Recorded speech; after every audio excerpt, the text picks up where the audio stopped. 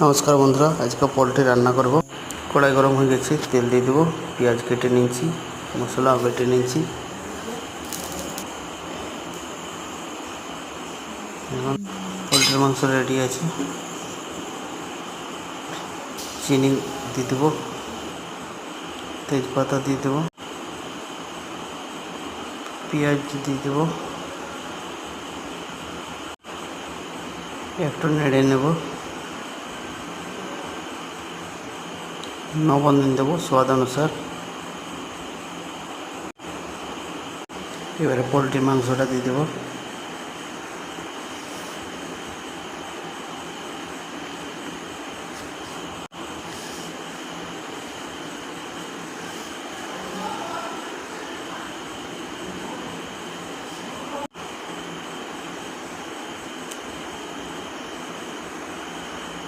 হলুদ দিয়ে দেবো,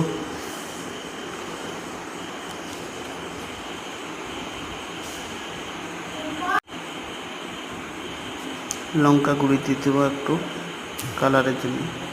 মশলা দিয়ে দেবো আদা, রসুন, জিরা, গোলকি, লঙ্কা বাটা সব একসাথে ছিল।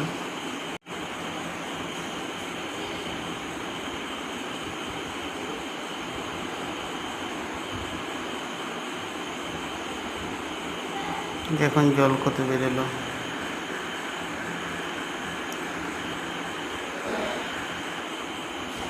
পোলট্রির মাংস থেকে জল অনেক বেরোয়। জলটা সব আমি শুকনো করে দেবো।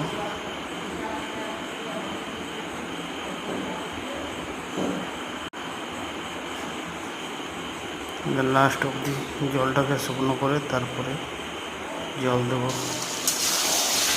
দেখুন মাংসটা কষানো হচ্ছে।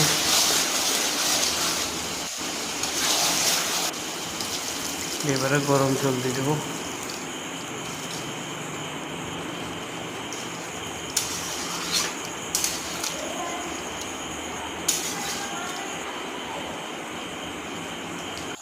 আপনারা কীভাবে করেন কমেন্টে বলবেন।